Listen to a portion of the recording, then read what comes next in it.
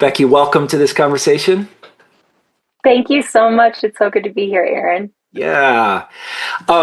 If any of you have been on retreat, other than the last retreat, that last I Chicago know. retreat, you were unavailable. Yeah. Any other retreat, if you've been on a Pastor's Priests and Guides retreat, you have been led in worship by Becky, and you have experienced the God-given gift that God put in her, and then all the work and heart that she's done to share that with us. And Becky, you've become such a central, important part of this community and these retreats. So I'm so thankful, not just for our long-term friendship, but also that we keep getting to do this. And then Yeah, today, it's sorry, I'm so excited. There's so much I want to say. I'm not you're even so good. letting You're you. good. I just wanted to say I am so much better because of these retreats and Mm, this work. Just the way it has formed my faith and my practices too. I'm just so darn grateful for it. mm. Well, thank you. Mhm. Today, we are celebrating the release of your brand new book, Composing Church: Considerations for the Modern Creative Leader. First of all, congratulations. Thank You you did so it. much. I did it. Lots of people have ideas and whatever, and you did it. And now it's a Mhm. thing, and it's awesome. And Yeah. so I want to go back, talk about a little about of your story, how you got to this point, but maybe we can just start with this question.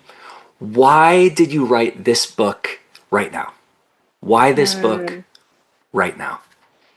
Yeah, yeah. The process of book writing took about 2 years, but I will say that this book was about 25 years in the making Mm, yeah. of a myriad of experiences, giving a life towards worship leadership, creative arts leading, and coming alongside leaders. And why now? It's because I have interfaced with enough different churches of different expressions and sizes and feels, and yet I am seeing some very similar paradigm Mm, movements mm, among them all, regardless of their size and capacity and all that. And it made me go, I think often we feel as leaders, we feel alone.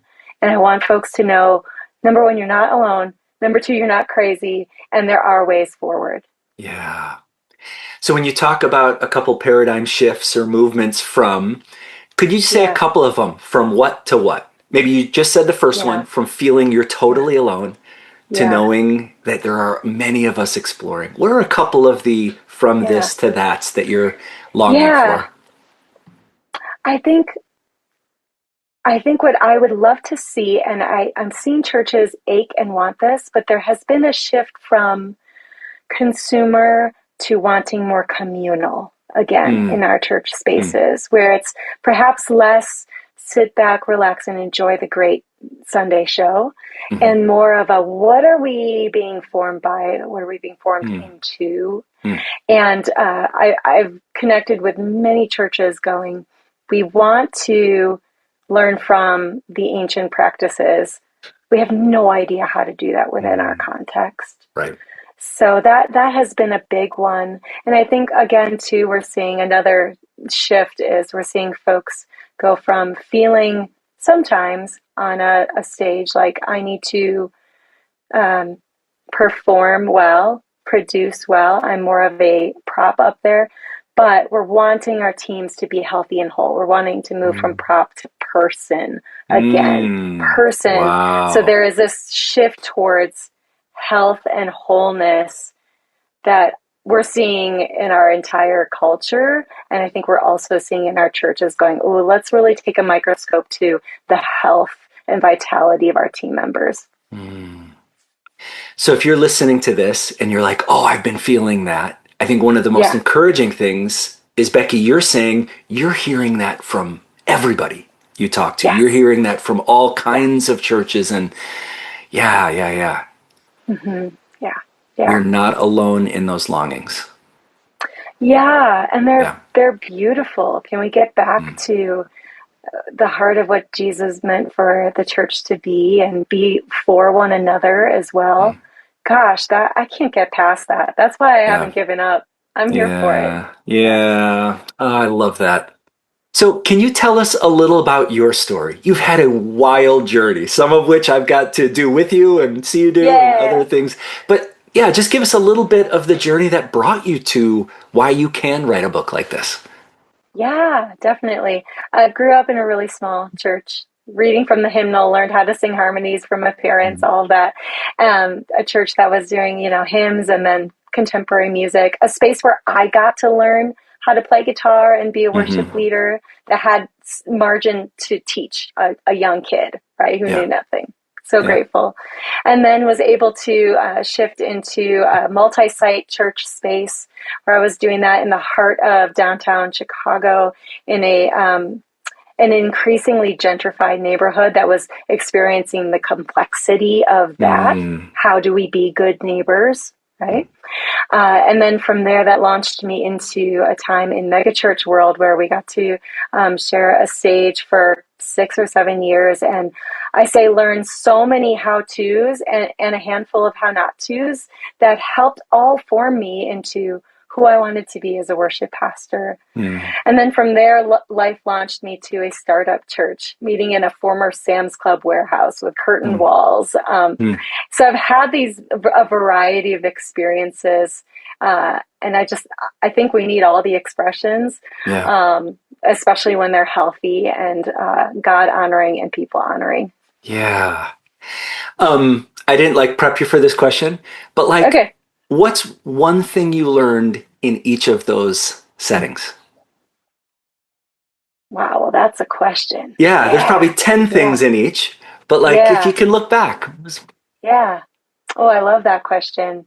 I mean, my home church, family. What does a church family actually Yeah. feel like? Yeah. Fully loved and accepted as is, Yeah. space to grow and try. Yeah. Um, the multi-site urban church, I I learned how to find my voice in what really mattered for Hmm. me, and specifically as a female leader, um, I learned how to discern what was healthy for me and what was Mm. not, Mm. and what I was seeing, and Mm. that's so formative. Yeah.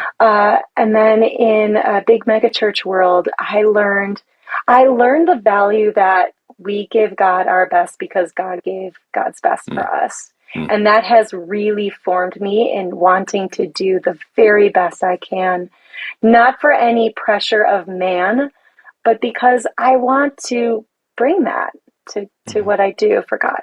Yeah. Mm. Um, Warehouse church, I learned how to be scrappy.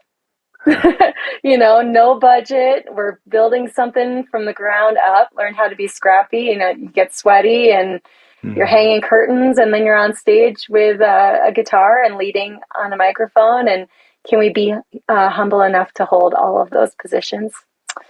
So, yeah. And then my work with South Bend City Church as of late has taught me to really integrate formation into everything we do: liturgy, writing, worship song, choosing, all of it can be used by God to form us into the image and the likeness of Jesus. Yeah. Can you say a little bit about your new role at Yeah. South Bend City? Just how you're Hmm. not just the singing worship leader, but your Yeah. formation, and you say a word Hmm. about that? Yeah, absolutely. Yeah. So I get to give leadership and voice into, yes, curating our Sunday gatherings, but and also in that is writing liturgies, prayers of the people, those types of moments. And then also I have my hand in formation, which my supervisor and I joke about. It's like the formation abyss because everything could fit into the word formation, Sure. Sure. but it really is. How are we helping folks connect with one another? So, what is like a tables or small groups initiative look like? Is there some sort of rule of life that we are inviting Mm. people into? It's looking at everything in the life of our church community and saying, how are we intentionally being formed into the Mm. image and likeness of Jesus? Yeah. Let's go after those things. Yeah. Wow. Wow. That's beautiful. Yeah, yeah, it's been really fun. It's been a good, healthy, creative challenge. I loved Yeah, it. absolutely. One of the things I love about the book is you don't shrink back from some of the painful things that need to be named about the Mm, church. mhm. And yet, you always, a reader always gets the sense that it's because you love it. Yes, yes, I do. Yeah. Mhm. I don't think we need a ton more tear down the church because it's terrible books. Mm. But man, the way you held that was really beautiful.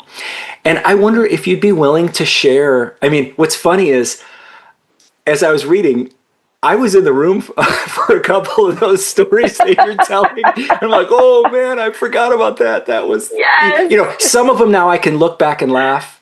Others Yeah. I look back and want to weep. Yeah. Yeah. But I wonder if there's just Yeah. one story that you could Hmm. share that you're like, this isn't okay. And here's how we can Hmm. do better as we move Hmm. forward. Yeah. Yeah, absolutely. The one that most sticks out to me is there's light and shadow in everything, right? We know this. Um, I think about the stories shared about Ferraris and sailboats, Hmm. and uh, that those were elements that were placed on a stage as hopeful, like, connect points to a context. And I can see the good in that, like the desire to connect in a big way that's like a tangible, sticky metaphor.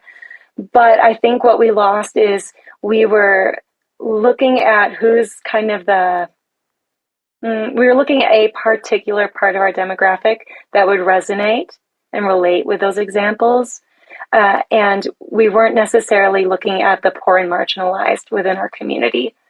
And my propensity will always be, can we first think about who this might exclude? Hmm. So for we as anybody who's a leader or a curator, a pastor, a guide, thinking through the metaphors you use, or the props you use, or any examples where it's like, well, we all know how it is when our iPhone does this. Well, you're assuming then that Yeah. everybody has the resources to Hmm. buy an iPhone Hmm. when they don't.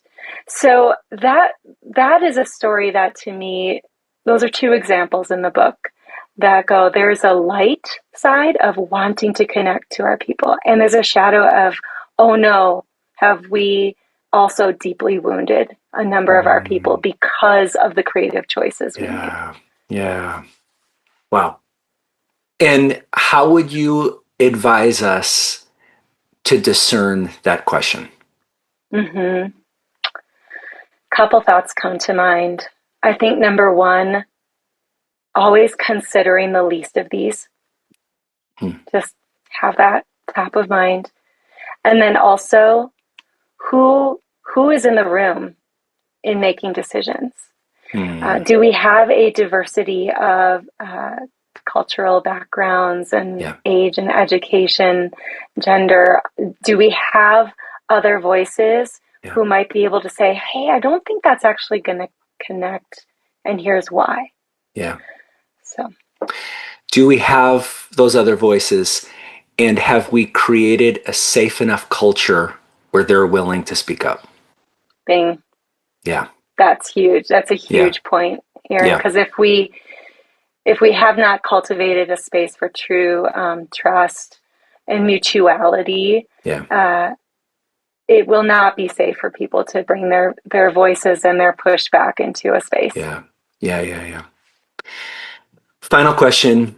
Is Mhm. this book only for worship leaders? No, I'm so No, glad you asked that. no, and it's so obviously not once I started reading it, but I thought this was like a worship leader manual or Yeah, something. But tell us, it's so much more than that. yeah, yeah. This book is this book is for anybody who has attended church and is curious about decisions and what's happening layer underneath layer underneath layer of what ends up being put forth in church initiatives, church worship services. Yep. This book is for anybody who has volunteered in any sort of a production, creative arts, musician role. This is for anybody who has been a host and done announcements for service. This is for any lead pastor or executive pastor who goes, I want to be very intentional with what we are creating in our culture. So it's pretty broad who this might connect with. Yeah. Yeah. I love it. I love it. Yeah. Composing Church, Considerations for the Modern Creative Leader. Yes. Highly recommended. Thank you for writing it. Thank you. And also, you're going to be in Malibu with us in November. Yes. Yes. I'm so happy. Getting the band back together. So absolutely. yeah. Couldn't So miss hope any of you watching would join us at the beginning of November in Malibu. That'd be beautiful. So yes. Becky, Thank you, Aaron, for this thank time. you. Thank you for this book. Thank you for what you bring to the world. And great to talk to you. You too. Thank you.